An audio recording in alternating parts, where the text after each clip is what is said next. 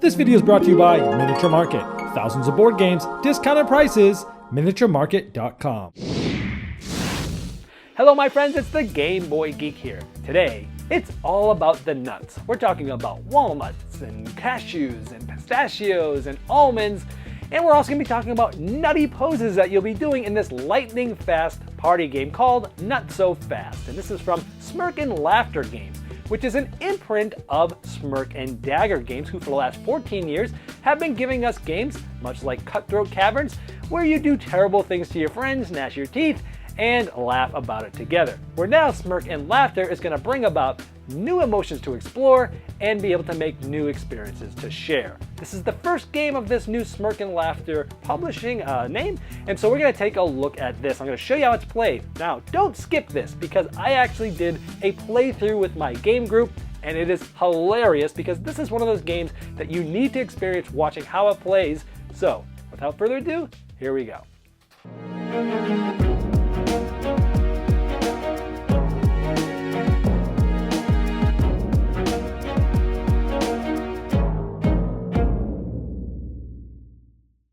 Not So Fast comes with these really high quality components, these big chunky nuts. We have walnuts and cashews and almonds and pistachios, and you're going to be trying to race other players and grab some of these nuts when you are triggered by certain reaction cards. The game is played over 3 rounds. Each round, each player is going to get their base scorecard, and they're going to get a stack of cards. These cards will go on top of the score stack because over the course of the round, these cards are going to be coming off, and as soon as the first player reveals their scorecard, that will be the end of the round. So let's talk about how a round works. One player will start as the active player, and they will flip up to 2 cards face up in front of them, pausing in between each card to see if a reaction is triggered. After 2 cards, we will also see if there is a reaction triggered. One of them is anytime there's exactly 4 of the same nut. In this case, there are 4 walnuts, so this would cause a reaction. In this case, since there are exactly 4 walnuts on the cards that cause a reaction, everyone would try to grab one of the walnuts. However, there's actually 1 less walnut than the amount of players out there, so eventually someone's going to try to grab one and there won't be any left.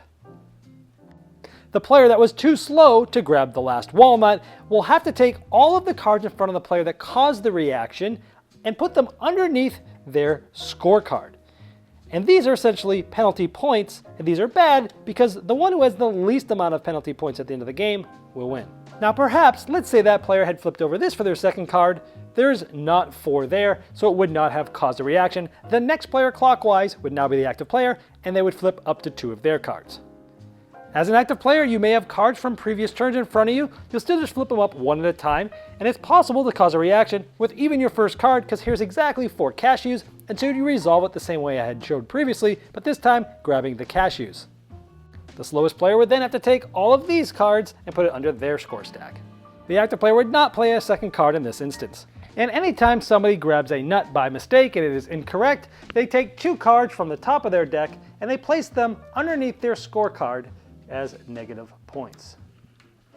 Now the best way to give you the experience of the game is to watch somebody playing it. So using these 2 different triggers, 4 walnuts or 4 cashews, we're going to show you what this looks like when we play it. No,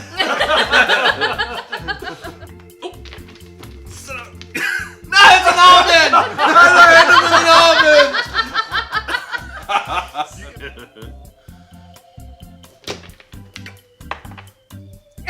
Oh no, I got the wrong one! Oh, Mr. Cashew. Mr. Cashew. Oh, that's a double one. Now let's move on to the pistachios triggering. Now if there's exactly 4 pistachios, this causes a reaction as well. But there's only 1 pistachio, so the first person to grab this and gets to take all of the cards in front of them and give them to the player of their choice to place beneath their scoring card. Now that you know how the pistachio is triggered, let's watch us try to be the only one to be able to grab it.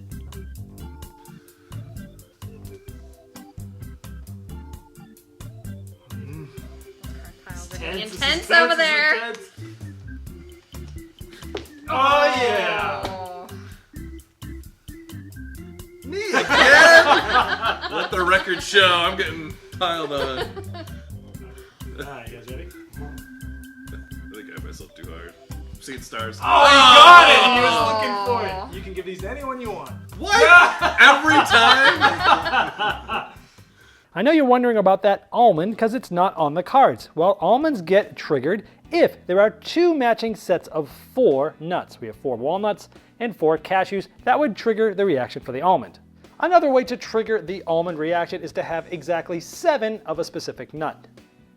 The first person to grab the almond when seeing that trigger would then be able to take all of the negative points that they have underneath their scorecard and place them on top of their card, essentially eliminating all of their negative points. Even though triggering the almond is rare, let's take a look at how it happened when we played. 7. Oh, that is 7. Almond! We got the almond! Oh, I grabbed the wrong Oh my thing. god! Almond! You got the almond wait, no, I again. did So not. there go all your cards. All of these cards. Oh, that's so lucky. Back on top. That was good. I That love was the good. almond. Now let's move on to the triggering of the nutty poses. Now when flipping your cards to the active player, a number might come up. This immediately causes a trigger, and everyone must quickly do the nutty pose of the number that was shown. In this case, 1 is doing the bunny ears, or might be putting your hands up, or doing a shush sign. The last player to successfully do the nutty pose would take all of the cards face up in front of the active player and place them underneath their scorecard as negative points. Now that you know how these nutty poses look, let's watch at some of these comical times when we were doing them. That pile up there's getting big. That was me. You know what that this. was? Okay, so you remember in the old cartoons where Fred Flintstone would be driving his car with his feet, and he'd go off the cliff, and his feet would still be going, and then he'd drop? That was him. He was going. That was me by like an hour and a half. Oh, man. Getting big.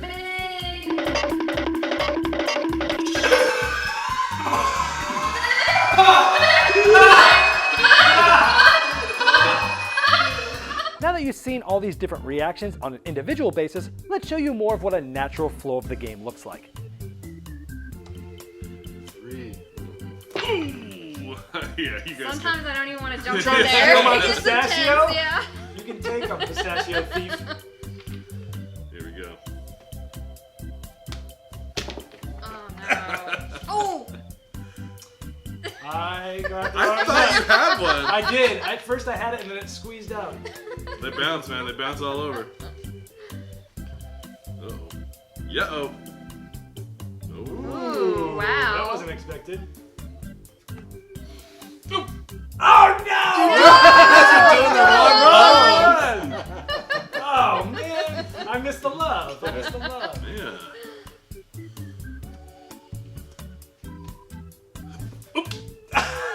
I didn't miss the love this time. Was that me? I didn't miss it. If it was anyone, it was me. Whoa! Wow. Oh, dang it. Oh, Hey, right? hey, whoa, hey. Ooh. I think that was you.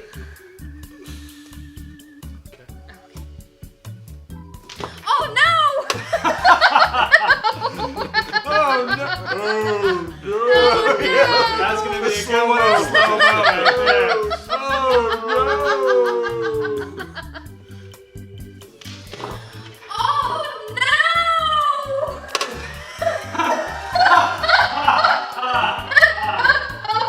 no! The active player would continue to move clockwise until the active player flips a card and it reveals the time to score card. Now, if the card they flipped just before this caused a reaction like this one, you'd finish that reaction, resolve it as normal, then that would end the round, and you would simply add up all of the cards below your scorecard and you'd jot that down on a piece of paper and pencil. You do not want these points because each of these are negative points and they're bad. You'd then set up 3 new nutty poses for the next round. You'd then shuffle up all of the cards and reset them up as if it was like the beginning of the game. And at the end of the 3rd round, the game would be over. Whoever has the least amount of penalty points is the winner. If it's tied, then the tied players win together. Well, there's Not So Fast. Now I'm going to say, if you just fast forwarded to my final thoughts, rewind, because I did a playthrough and it's hilarious. So go back and watch that if you're just skipping here, but let's get into what I liked about the game. I like the name, the theme, and the product packaging. I love it when just different, I like food themes in general, but I like the idea of the nuts. I like the name, it's awesome. Nut So Fast, I said not so fast, but nuts, I mean, the little pun in the name is awesome. The theme is great, and the product packaging is awesome. The way that the box sits on the shelf, you can see through and see all the different really great the nuts inside of it, and I really like that aspect of the game. Speaking of those components, those big white, chunky wooden components, they feel really good. They give great table presence. They look really good. The artwork's awesome. They're silk screen, very nice, good quality. And just awesome components that come with this game. Now, I tend to like speed games a lot.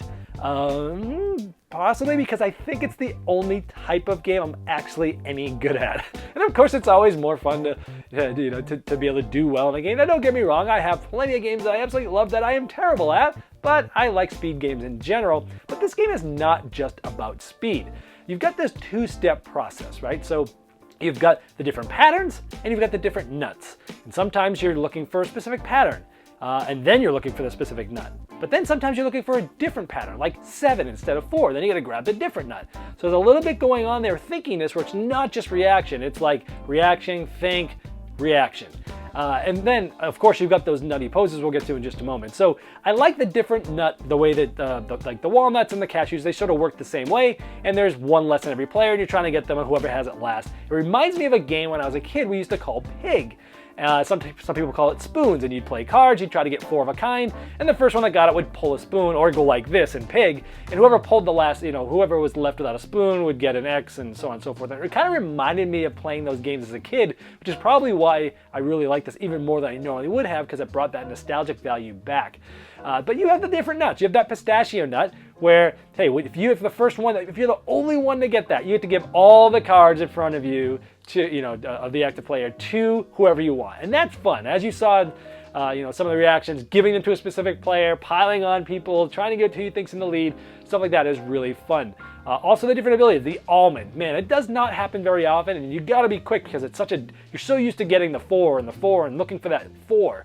Of the walnuts or the cashews, but then when you see the 7, your brain has to like flip and move and then go for the almond, and it's awesome because if you get that thing, late in the round and you've got a lot of points and you just get to clear all those, it feels so good to do that, and it really puts you in a good position to win. So I like the different nut possibilities, the abilities there. I love the nutty poses, as you saw there. It's probably the most fun part of the game. It's also the goofiest part of the game. If you just walked by this game being played, you saw these people doing this, this is one of those games that's as fun to play as it is to watch. People watching us play this also are laughing because you're having so much fun, and then they want to play, and it's pretty easy to teach. So I think this game is awesome because it's got laughter and fun, and I think those are two things that make great party games up. And it is also easy to teach. It's a little thinky at first when you're just trying to remember the patterns and how they work.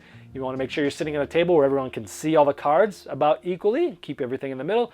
But it is a fantastic party game. A lot of people mention the popularity of a game not similar to this, but in the same genre of speed and thinkiness, called Ghost Blitz. And I know that a lot of people like this game, and I've played it and I enjoy it too, but I gotta tell you, I think this game, and that game is hugely popular in game cafes and parties, party games and stuff.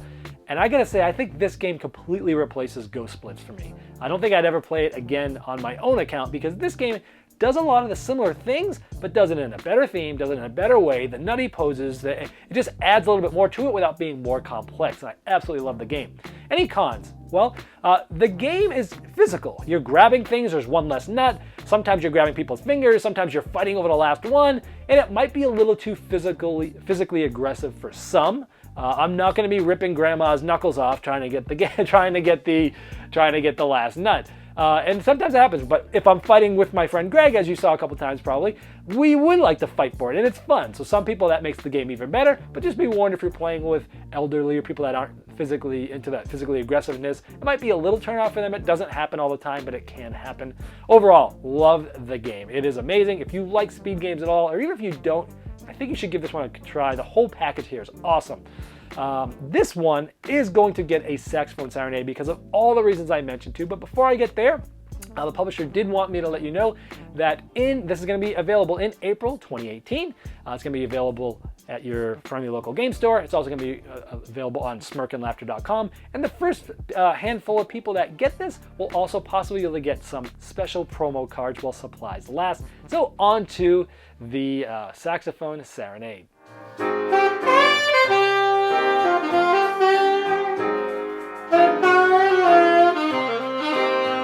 This video was sponsored by Miniature Market's Review Corner. The Review Corner features podcasts, video, and written game reviews by gamers for gamers. Miniature Market, the online gaming superstore. Thousands of board games, discounted prices. Check them out at miniaturemarket.com.